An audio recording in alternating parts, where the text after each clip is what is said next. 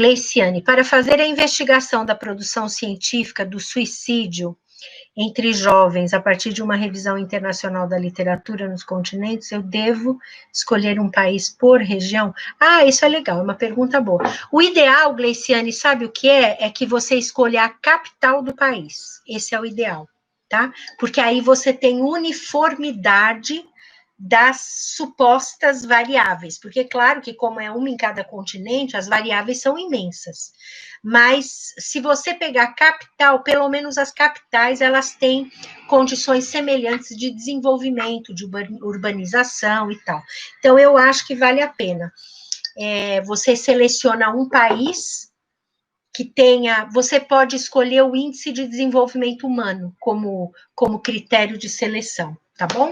Aí você define índices de desenvolvimento humano semelhantes. Pode ser que não seja nem na capital, mas geralmente é. Ok, Haroldo, professora, meu objeto de estudo, batalhões negros na Guerra do Paraguai. Nossa, que incrível. É muito específico, envolve pesquisa documental e de campo, objetivando compreender o que esse grupo representou no referido recorte histórico. Coloque período histórico, é melhor do que recorte, tá? Porque a história, ela é compreendida em termos de um período, né? Você não corta um pedaço, porque ele tem vinculações com antes e depois, com tempo e espaço.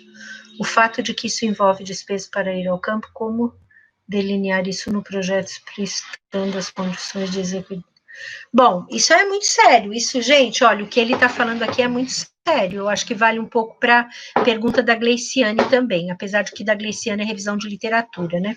Outra coisa, Gleiciane, você pode pegar também universidades que sejam consideradas de ponta para fazer o levantamento bibliográfico, tá? Nesses 5 continentes. Bom, olha lá, veja só, ele coloca uma palavra aqui que é execuibilidade, tá? Eu vou escrever para vocês. Execuibilidade. Execuibilidade tem a ver com ser capaz, ou seja, ter as condições, né? Deixa eu mudar aqui. Ter as condições de realizar a pesquisa. Por quê? Eu posso ter um tema, eu posso ter um objeto de estudos maravilhoso, mas só que tem uma implicação financeira, tem uma implicação de transporte, tem uma implicação de permanência no campo. Então, se eu não tenho os recursos, eu não tenho como realizar a pesquisa. Ah, mas eu vou ter uma bolsa de estudos. Bom, se você tiver uma bolsa de estudos, você tem que pensar se a sua bolsa de estudos é suficiente para você conduzir a sua pesquisa naquele tempo que você vai ter. Eu vou dar um exemplo para vocês que aconteceu comigo. A minha pesquisa de doutorado, ela teve 2 frentes internacionais. É um estudo internacional, inclusive o título é Exclusão nas Escolas, uma perspectiva internacional, porque eu usei referencial teórico de vários países e tal. Na primeira parte da pesquisa, eu fui colher dados, sabe onde? Na África. Foi lá que eu fiz o meu estudo piloto. Não era minha intenção, primeiro, fazer o estudo piloto, mas eu acabei transformando no decorrer em estudo piloto. Porque, como eu já disse em vários vídeos, a pesquisa é um processo, em inglês a gente fala messy, bagunçado, porque você não pode prever tudo. Ela vai se desenrolando no processo. E quando eu fui para Moçambique, a minha intenção, eu fui a trabalho pela Unesco, a minha intenção era colher os dados enquanto eu estava fazendo trabalho com o governo de Moçambique, né, a Secretaria de Educação, o Ministério da Educação de Moçambique, e daí eu fiquei lá 41 dias. Então, eu tive que ficar hospedada num hotel e tive que colher dados nas escolas. Só que, sabe o que aconteceu quando eu cheguei lá? Moçambique estava num período pós-guerra, eles estavam saindo de uma guerra muito recente, guerra civil, e o que aconteceu? Não existia ônibus, não tinha táxi, raríssimos. Então, eu tinha um problema de locomoção muito sério, eu não tinha como ir nas escolas. E aí, o governo disponibilizou um carro para me levar e me trazer nas escolas, e assim foi que eu consegui colher os dados. Bom, então, imagine se eu soubesse, antes de ir para Moçambique, que não tinha transporte. Eu já ia assumir que não havia a pré-condição necessária para eu colher dados, porque a escola não era ali na esquina, tá certo? Então, execuibilidade tem a ver com isso. Não adianta você dar um passo imenso, pensar uma coisa fantástica que você não pode executar, não tem como realizar, porque vai implicar recursos e condições que você não tem disponível. Então, aqui vem para você um comentário, Haroldo. Eu, pessoalmente, não investiria meu dinheiro, a não ser que eu fosse rica, aí é outra história. Mas se eu dependo do dinheiro que eu ganho para trabalhar, eu não investiria o meu dinheiro no meu doutorado ou no meu mestrado, tá certo? Porque eu acho que nós temos compromissos na vida que devem ser cumpridos, óbvio, e os recursos que nós temos é para a gente viver com o mínimo de qualidade possível. E o ideal seria que todos tivessem bolsa, principalmente se for um projeto maravilhoso, como me parece que é o seu. Então, eu não investiria dinheiro pessoal, eu iria atrás de financiamento. Então, primeiro você teria que trabalhar isso. Então, o que eu faria? O seu objeto de estudo são os batalhões negros. O seu campo de pesquisa, não, num contexto específico na Guerra do Paraguai. Eu faria só um estudo documental, não faria o estudo de campo. O estudo de campo, se você tiver que entrevistar pessoas que participaram dessa guerra, você pode fazer por meio de entrevistas online. Você pode usar hoje, por exemplo, como recurso Zoom. Ontem mesmo eu conheci uma plataforma que chama Streams, alguma coisa, e muito, muito interessante, super eficiente para esse tipo de trabalho, dá para fazer até com 5 pessoas, ou usaria o recurso das pessoas responderem a um questionário via online, tá? Aí eu acho que dá para você fazer o seu estudo de campo, sua coleta de dados com seres humanos, com as pessoas que participaram dessa guerra, mas online, você não precisa se locomover, tá bom? E se vocês fazem um trabalho que não é exequível, como ele diz aqui, não é executável, o que acontece é que a banca vai dizer para você, mas como que você vai fazer esse trabalho se não tem condições de ir até lá? Então, já sabe, né, o seu projeto, a sua entrevista perde valor, né? Então, vamos lá, Renata, opa. Como escolher a metodologia mais adequada à pesquisa? Bom, aprendendo sobre metodologia de pesquisa, você tem que ver ou comprar um livro onde você tenha metodologias, ler as metodologias, discutir com o seu orientador. O ideal seria um orientador ou uma orientadora presente que fosse dizer para você, olha, com esse objeto de estudo, essa metodologia que mais se adequa ao seu trabalho.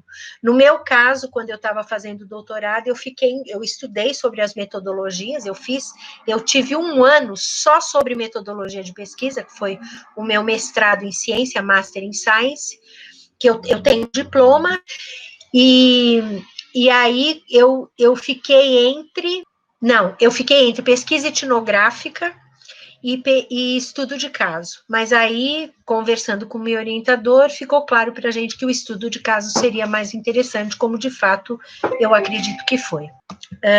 Então, você tem que ter uma noção, quais as metodologias de análise mais adequadas à pesquisa documental. Isso vale para todo mundo, é super importante. Olha lá, obrigada, Renata.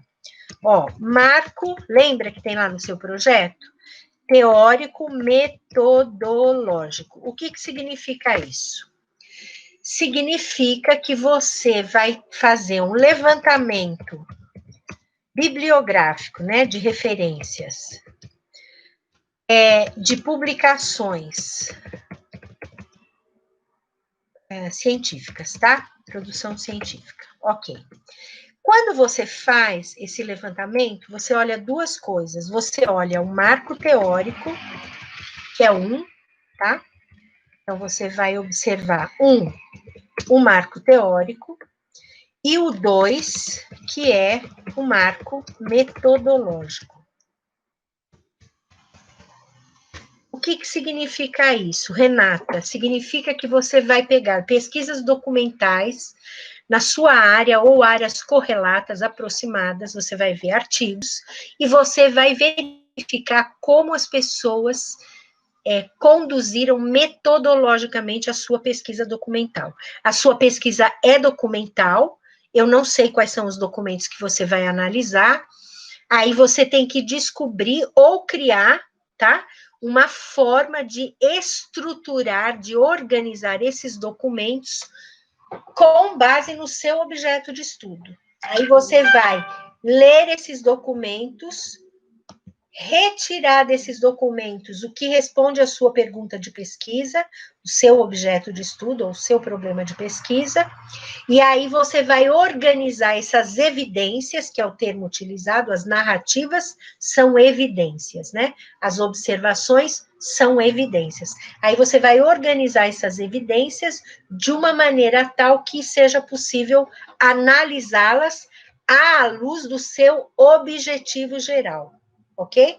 Então, vocês estão vendo o encadeamento, né, no projeto, tá? Então, mais uma coisa que eu já posso dizer de antemão para vocês aqui, não se preocupem agora muito no projeto com relação a essa história da análise. Quem está no doutorado, dê uma sondada como funciona isso para eles. Mas para o mestrado, não se preocupe, porque ninguém fala disso. Ninguém fala disso, mas esse é um elemento chave.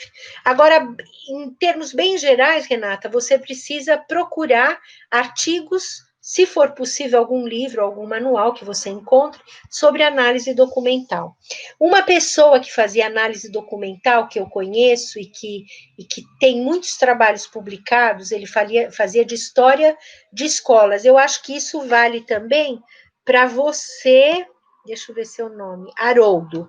É o professor Paolo Nozella, ele era da Universidade de São Carlos, e agora, bom, depois ele se aposentou e estava na Universidade Uninove. Paolo Nozella, e a professora, meu Deus, como é o primeiro nome dela?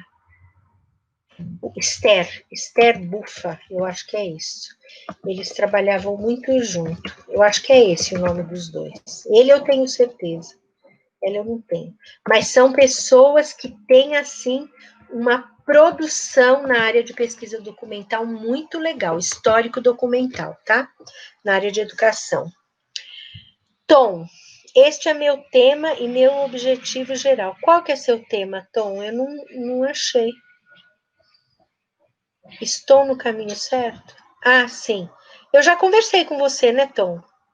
Cada macaco no seu galho. Eu já respondi para você. Já respondi. Então, a sua resposta você já tem. Sim, você está no caminho certo. Eu acho que a proposta da sua pesquisa é muito interessante. Olha, a pesquisa do Tom, ela é uma pesquisa original. Ela é uma pesquisa muito interessante, tem a ver com um fenômeno social que é as mulheres entrando no mercado de trabalho, que antes era predominantemente masculino, que é exatamente o transporte público, e o fato de que elas, por serem mulheres, sofrem violência, né? Daí varia o tipo de violência, ele vai ter que definir no marco teórico dele, violência simbólica, violência física, enfim, assédio moral, assédio sexual e tal. E ele colocou um título interessante, que eu até sugeri que fosse entre parênteses, porque ele tem duplo sentido, que é cada macaco no seu galho, né? Eu colocaria cada macaca no seu galho. Tá, ok. Objetivo, identificar a violência. Eu diria identificar e caracterizar. Olha lá o verbo no infinitivo. Os tipos, coloque os tipos. Os tipos de violência sofrida por mulheres motoristas. Pronto, não precisa colocar no transporte coletivo nada disso, porque o transporte coletivo é o locus do fenômeno. Então, você não precisa especificar, isso já está especificado lá. É o seu campo, né, na verdade, porque eu acredito que você vai fazer esse levantamento, se você for fazer no campo, se você for entrevistar as mulheres, então o transporte coletivo será o seu campo de pesquisa. Objetivo específico, você já colocou investigar, eu já expliquei para vocês que investigar não é interessante, como um termo, porque é o que vocês estão fazendo é investigar. Então, de que formas essas violências afetam a qualidade de vida no trabalho. Eu acho que como objetivo específico, é um objetivo específico, tudo bem, você pode colocar, ao invés de investigar, você pode colocar, identificar experiências de violência que afetam a qualidade de vida e do trabalho, por exemplo, tá? Ou verificar como. Colocou aqui embaixo averiguar. Averiguar a compreensão dessas mulheres. Bota direto das motoristas, né? É porque motorista pode ser feminino e masculino, ok. Acerca da violência sofrida.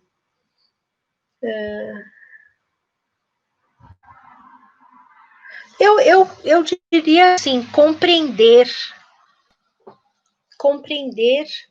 a percepção, compreender o sentimento, compreender os efeitos emocionais da experiência de violência.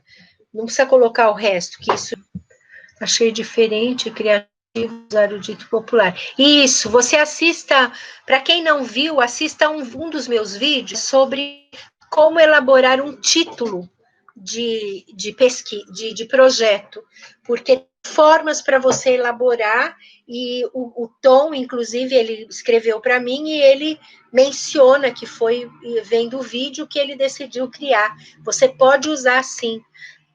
Eu tenho um artigo com uma amiga que é Se correr o bicho pega, se ficar o bicho come. Experiências de jovens universitários com deficiência, alguma coisa assim.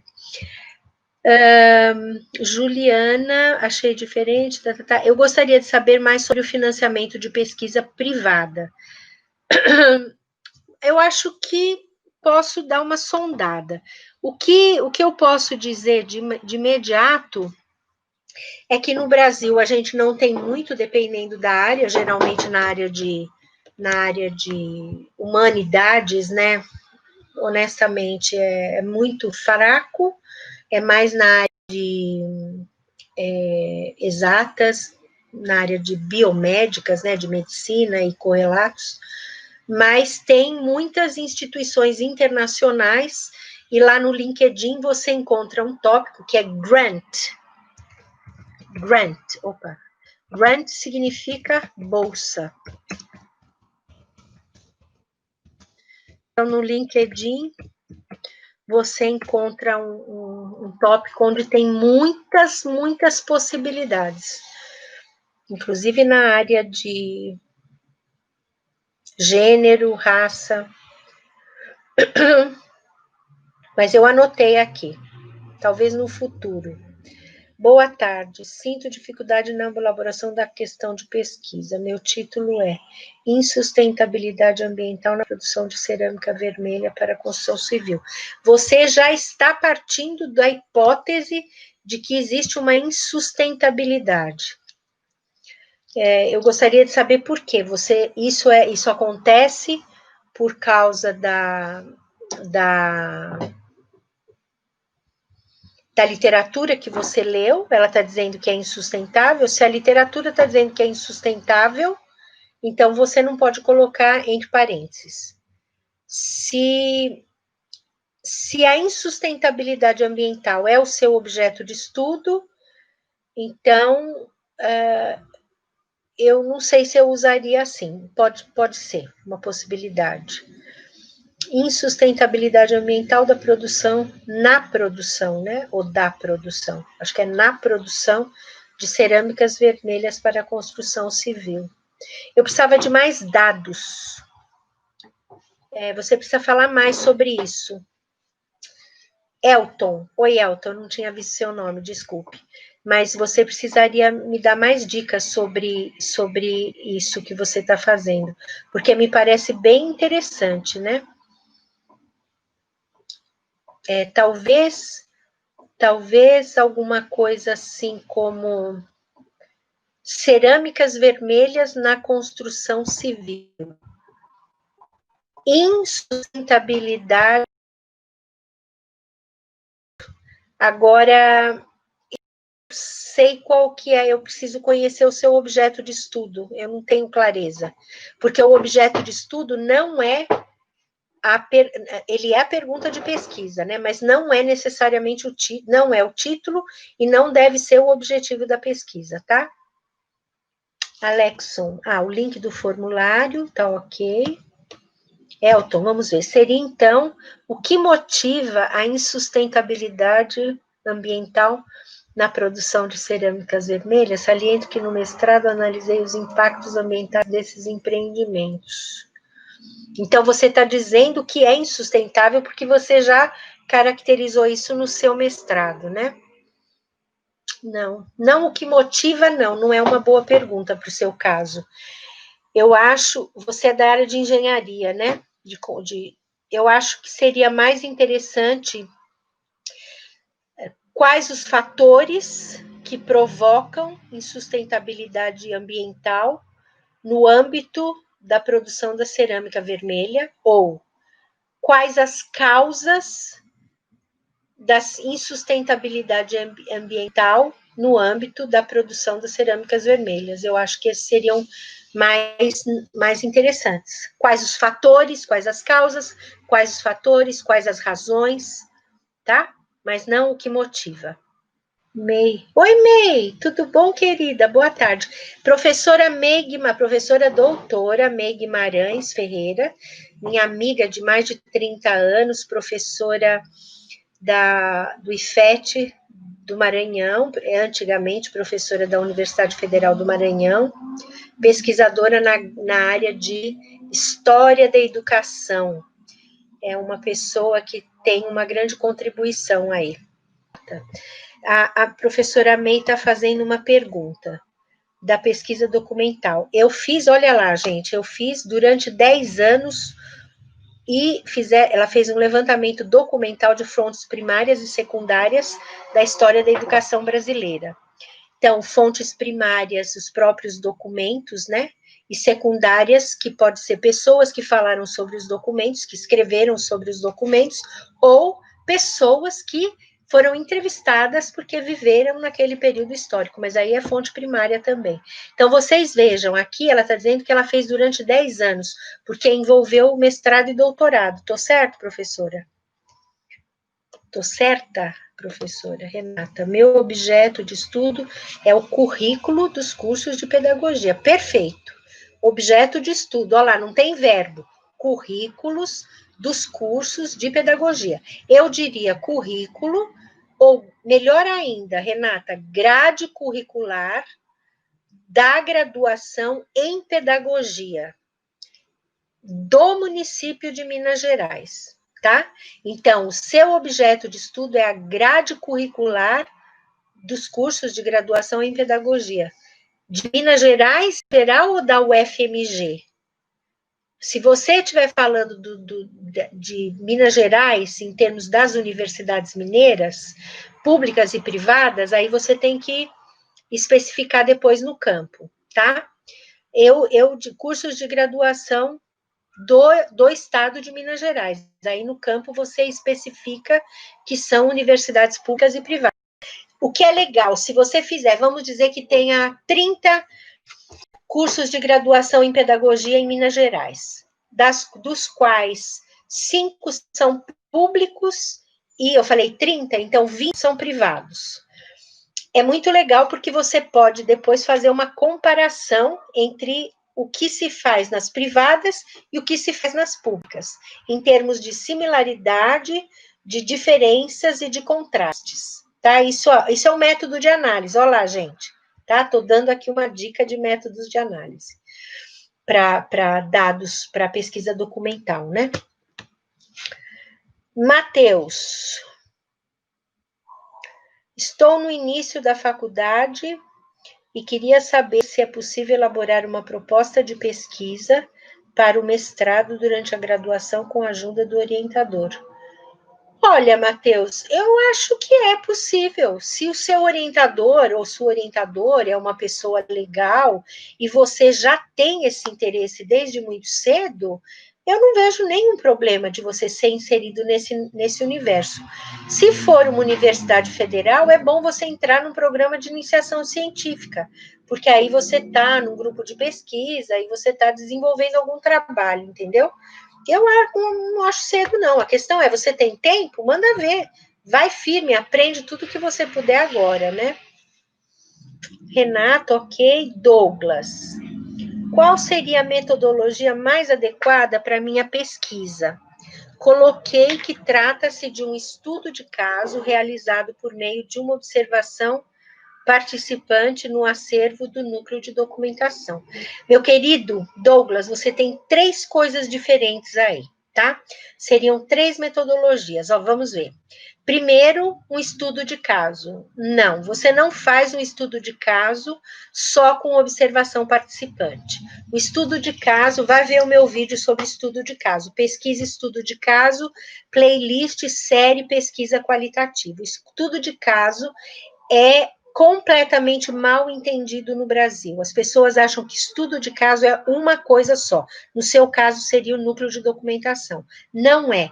Pesquisa estudo de caso, a principal característica dela é que ela demanda uma série de fontes.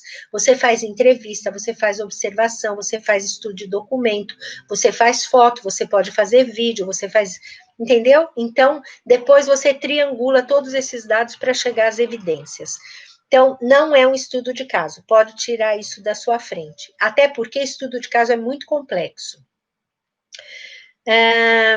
Realizado por meio de uma observação participante. No acervo, se você está trabalhando com acervo, vamos dizer assim, uma biblioteca, né? Então, é um lugar onde tem documentos, tem texto. Então, você não tem como fazer observação participante. A não ser que você vai fazer observação dos que utilizam o núcleo, entrevistar os que utilizam o núcleo.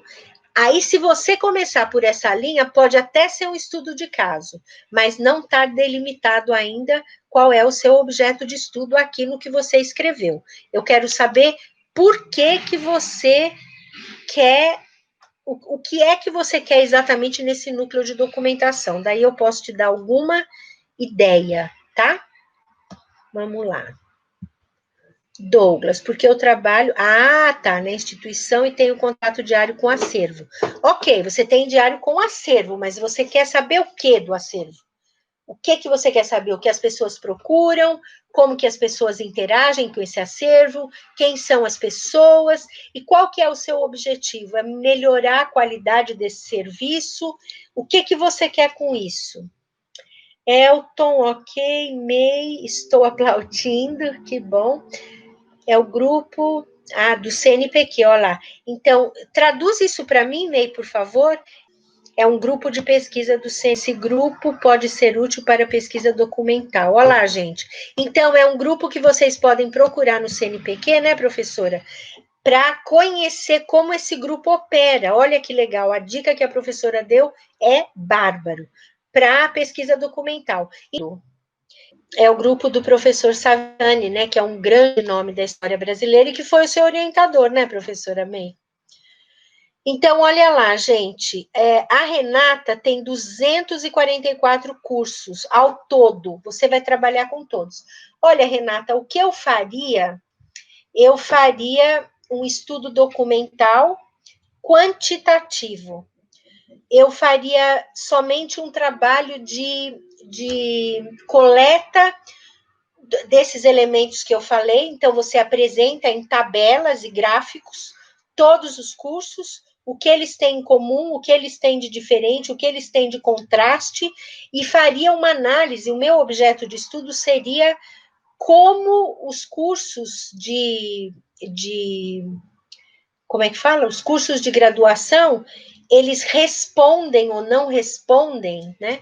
Quais as características poderia ser dos cursos de graduação hoje, em termos da formação do profissional, poderia ser. Um outro é como esses cursos respondem ou não respondem às demandas da escola do século XXI, né? Eu acho que tem, assim, algum problema aí que você pode identificar. Eu não sei qual que é o seu problema de pesquisa para você ter decidido fazer análise desses cursos, mas esse problema tem que mostrar algum elemento bastante relevante sobre isso, para você fazer uma pesquisa documental. Não é porque a pesquisa é documental que não tem problema, tá?